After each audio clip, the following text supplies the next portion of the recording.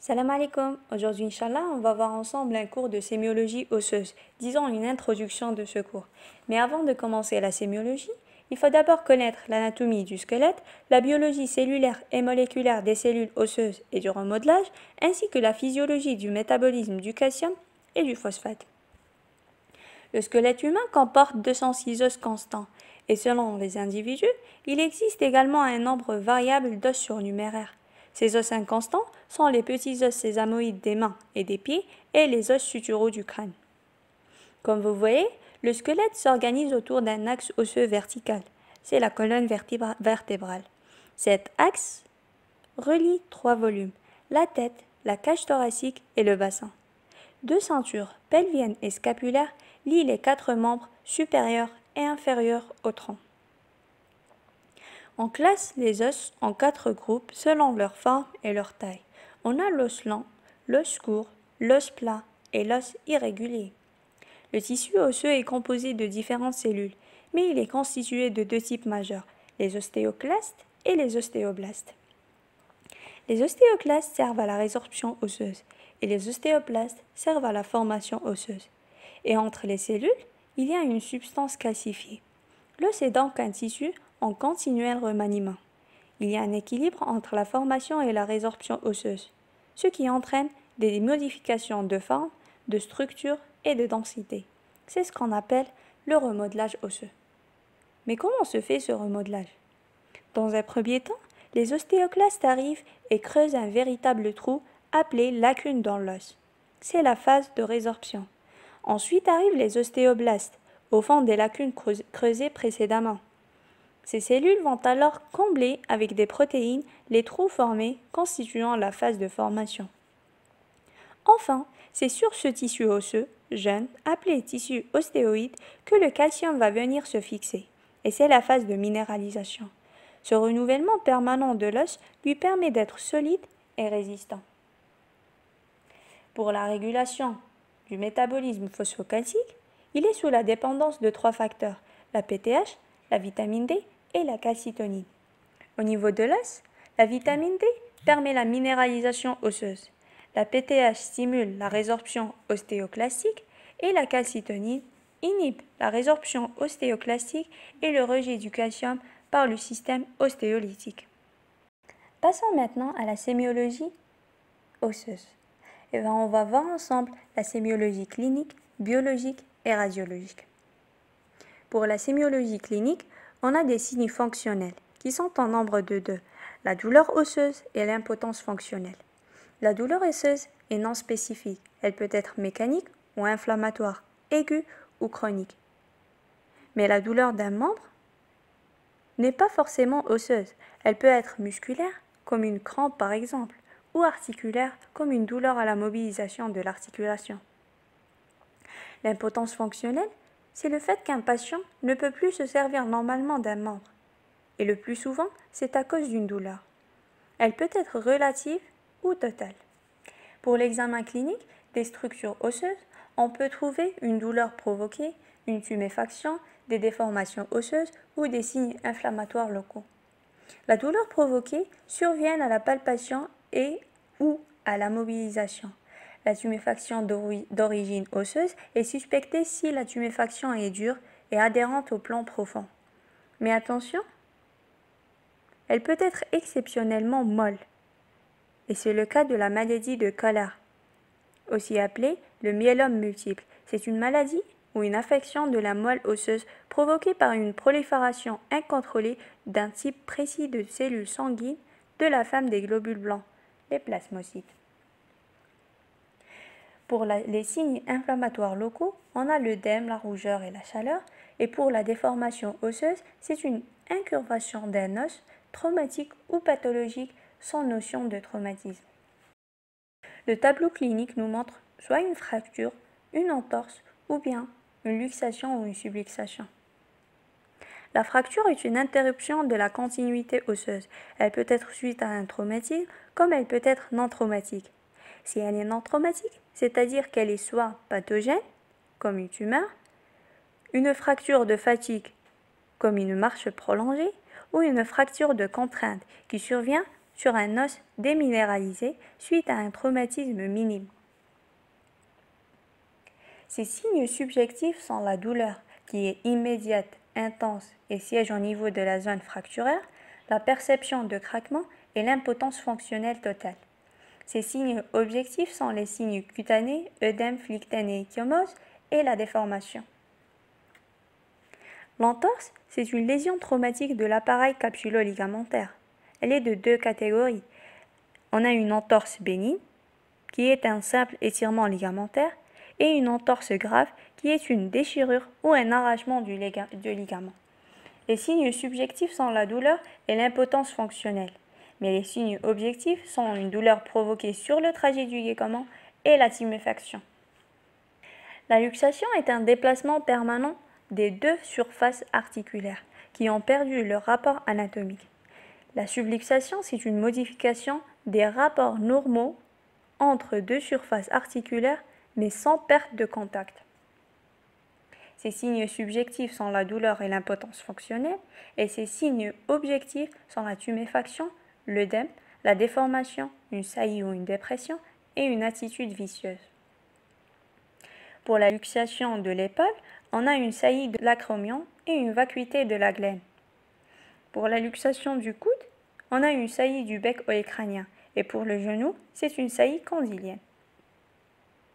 Le bilan phosphocalcique est nécessaire pour l'exploration de première intention d'une pathologie osseuse ou métabolique. Et ses valeurs normaux sont les suivants. La calcémie doit être entre 2,25 et 2,6 mmol par litre. La phosphorémie entre 0,9 et 1,2 mmol par litre. La phosphatase alcaline doit être inférieure à 100 unités par litre. La calciurie inférieure à 0,1 mmol par kg par 24 heures et la créatinémie dépend du sexe. Si c'est une femme, elle doit être entre 50 et 100 micromoles par litre. Et pour l'homme, c'est entre 65 et 120 micromoles par litre. Le bilan de deuxième intention est en fonction des données du bilan de première intention et les données cliniques. On a les marqueurs biochimiques du remodelage osseux qui sont la phosphatase alcaline osseuse, l'ostéocalcine et les crosslinks.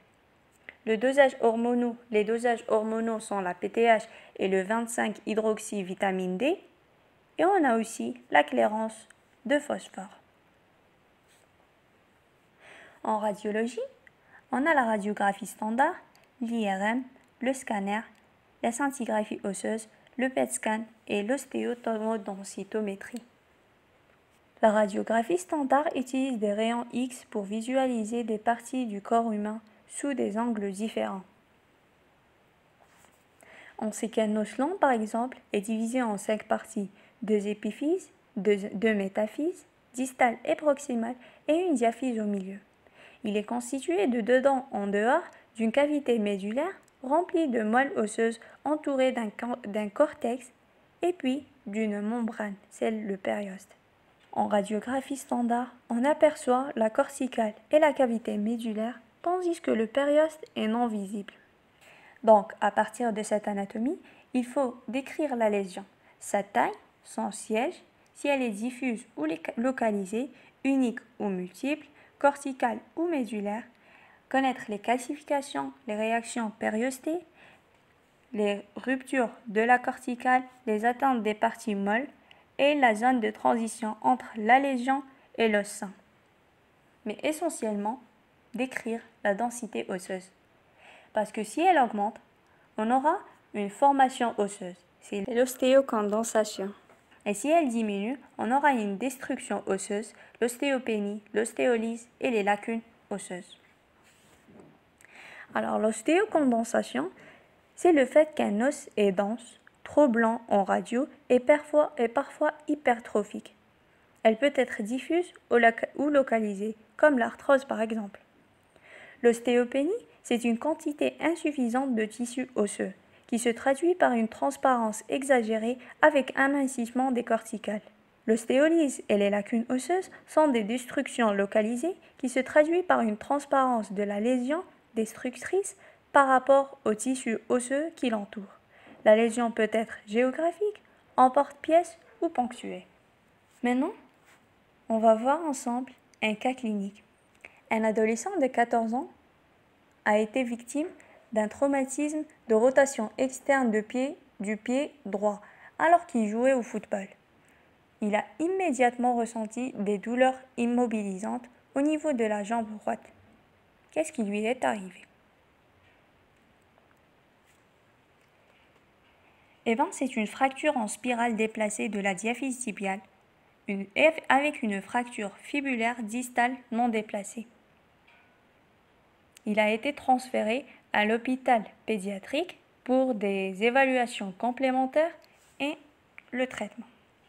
Maintenant, on va voir des exemples pour la destruction osseuse. On a l'ostéoporose qui est une maladie généralisée du squelette caractérisée par une diminution de la densité des os et une altération de la microarchitecture osseuse.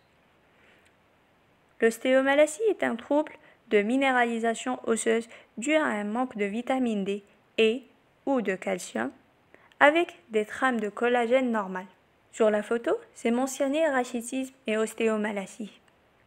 C'est la même maladie, sauf que l'ostéomalacie chez l'adulte et le rachitisme chez l'enfant. Pour la production osseuse, on a l'ostéomyélite par exemple, l'arthrose, une fracture de fatigue et la maladie de Paget. La maladie de Paget est une maladie osseuse bénigne localisée, mono- ou polyostotique, c'est-à-dire plusieurs os. Elle est caractérisée par une accélération de remodelage osseux en faveur de la formation. Pour la scintigraphie osseuse, on a une imagerie du squelette utilisant un traceur radioactif à tropisme osseux. C'est le 99 MTC méthylène bisphosphonate qui a une forte affinité osseuse. On peut avoir un cliché précoce ou tardif avec un cliché du squelette entier ou un cliché centré. Là, par exemple, on a un squelette en croissance. Ici, c'est une fracture d'une côte. Et là, c'est une hyperfixation disséminée et c'est une métastase osseuse d'un cancer du sein. Pour l'ostéodensitométrie, c'est une mesure de la densité minérale osseuse au rachis lombaire et au col fémoral. C'est une mesure quantitative de la charge minérale osseuse et une quantification de déminéralisation diffuse. Deux courbes positionnent alors le degré de déminéralisation osseuse du rachis et du col du fémur pour déterminer l'importance du risque de fracture. C'est un examen de référence fiable et anodin.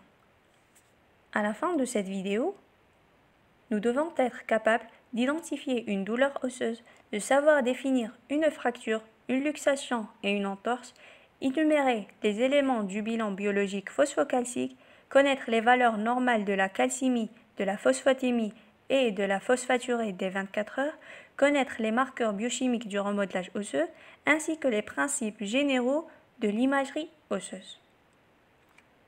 Et voilà, merci pour votre attention, bon confinement ou salam alaikum.